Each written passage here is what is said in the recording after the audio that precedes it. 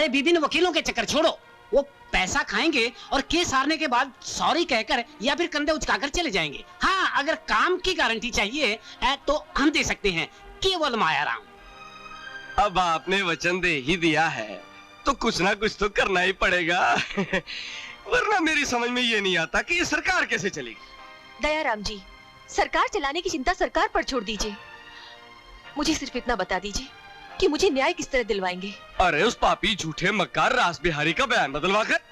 अब तुम ये बताओ, क्या ऐसे लोगों के रहते ये सरकार? दयाराम जी, क्या आपके कहने से वो अपना बयान बदल देंगे? बयान? अरे तुम बयान बदलवाने की बात कर रही हो? अरे हमारे पास तो ऐसी शक्ति है कि हम ये सरकार बदल डाले। बोला बिल्कुल मायाराम जी। अबे जनता जनार्दन हमारे साथ है। और फिर हमारे पास तो दूसरा हथियार भी है। तुम्हारी बिरादरी का है। तुम लोग जनता को आश्वासन का आईना दिखाकर खुश रखते हो। अब तुम्हारी बारी आई तो परेशान होने लगे। तुम नहीं समझे निक्का, वो अदालत में मेरा बयान बदलने की मांग कर रहा है। शाम के सारे अखबारों में उसके फोटो के साथ मेरी काली तस्वीर भी छपेगी और हाई कमांड कोई भी स्कैंडल बर्दाश्त नहीं कर सकता। हालात तुम्हें मालूम है। कुछ करो भाई, कुछ करो, वरना मैं तो गया। ठीक है ठीक है, एक बार और सही, तुम्हारे रास्ते का कांटा हटवा देता हूँ। वो बेचारी मासूम लड़की को न्याय से वंचित कर दिया, वो भी झूठा बयान देकर। अब आप ही बताइए, वरना ये सरकार कैसे चलेगी? लो आ गए ये सरकार के ठेकेदारों, भ्रष्टाचारों। अब आप लोग ऐसा कीजिए, जरा थोड़ी देर के लिए इधर उधर हो जाइए। अब वो क्या कि जनता के सामने सौदेबाजी करने की हिम्मत नहीं पड़ेगी इनकी। और ये क्या सोचते हैं कि दयाराम को खरीद लेंगे? अरे मैं देखता हूँ कैसे चलेगी ये सरकार। आओ आओ फसादियों, नमस्कार। तो आपको भी पता चल ही गया कि मैं सत्य की लड़ाई लड़ रहा हूँ। तुम चूहे की औलाद क्या लड़ाई लड़ोगे? अपनी दुकान उठाओ, बाजार बंद होने का टाइम हो गया है। देखिए जरा सभ्य ढंग से बात कीजिए, अन्यथा। समझ में नहीं आया? उठा के फेंकना पड़ेगा क्या? चल बढ़ यहाँ से, बाद में देखना नहीं इधर। अरे अरे कोई देखने वाला नहीं है? अरे इस अन्याय को कोई रोकने वाला है कि नहीं? अरे ये सरकार कैसे चलेगी? अरे सरकार चले के नहीं चले, लेकिन तू अभी यहाँ से नहीं चला तो अपने पैरों पर फिर नहीं चल सके। सुन ले ध्यान से। नहीं चंदू, देखो दयाराम, रास बिहारी हमारा आदमी है। हमारी बात तुम्हें माननी तो है ही, लेकिन तरीके दो हैं। एक हिंसा का जो ये कह रहा है, और एक प्रेम और अहिंसा का जो मैं कह रहा हूँ। फैसला तुम्हारे हाथ में है। जी फैसला कैसा है? जिसने प्रेम और अहिंसा को भुला दिया, समझो हमारे बापू को भुला दिया, और बापू को भुलाकर ये सरकार तो क्या देश भी नहीं चल सकता। काफी समझदार हो।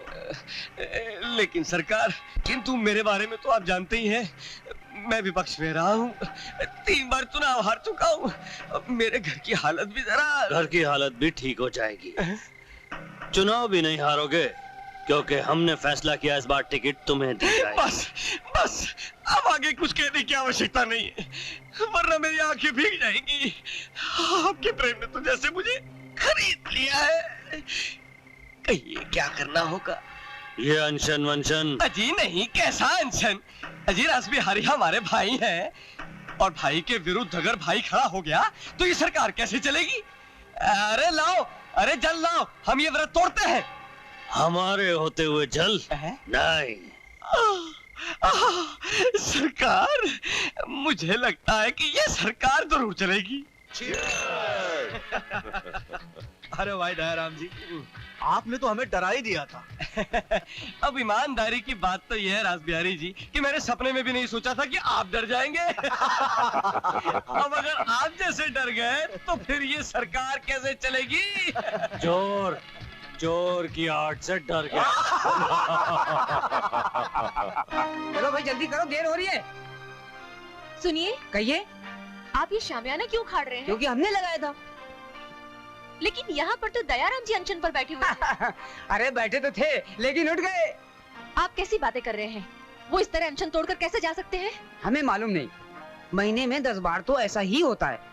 हमारे पास शामियाना लगाने का ठेका है। अभी नेताजी कहाँ होंगे? अरे अपने घर में पार्टी चल रही है।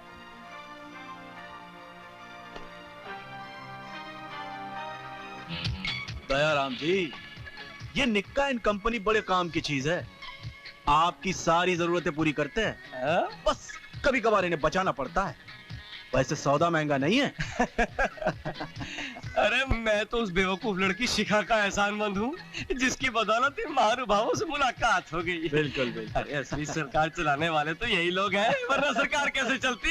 ए दयाराम, एहसान फरामोश, अपनी माँ के दूध का भी एहसान भुला देते हैं। तमीज से बात कर लड़की। मैं तुझसे बात करने नहीं, ये बताने आई हूँ कि तू भी एक नामर्द निकला। दौलत वालों की हड्डी पर झपटने वाला एक कुत्ता, देश के दुर्भाग्य का एक और जिम्मेदार। छोकरी, जाने के बोल रही है, ये समझ ले यहाँ से जिंदा ना जाएगी। नहीं चंदू भाई नहीं,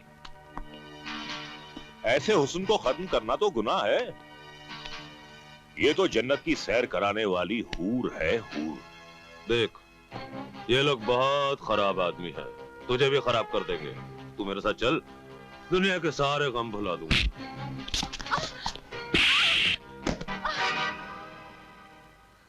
रुक जा गुलू,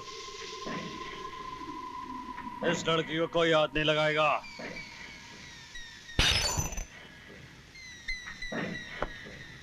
इस बेचारी को तो किस्मत ने ही बहुत मारा है। देखो शिखा, हमसे दुश्मनी करके तुम्हें कोई फायदा नहीं होगा। तुमने तुम्हारे बाप को देखा, उसके पास वर्दी थी, हथियार थे, कानून की ताकत थी, फिर भी वो बेचारा हमारा कुछ नहीं बिगाड़ सका। और तुम्हारे पास तो कुछ भी नहीं है, सिवाय इस कांधे पे खाली सर के। निक्का की बात मान लो, मेरी जिंदगी में आ जाओ, तुम्हारी जिंदगी में जो कमी है पूरी कर दूंगा।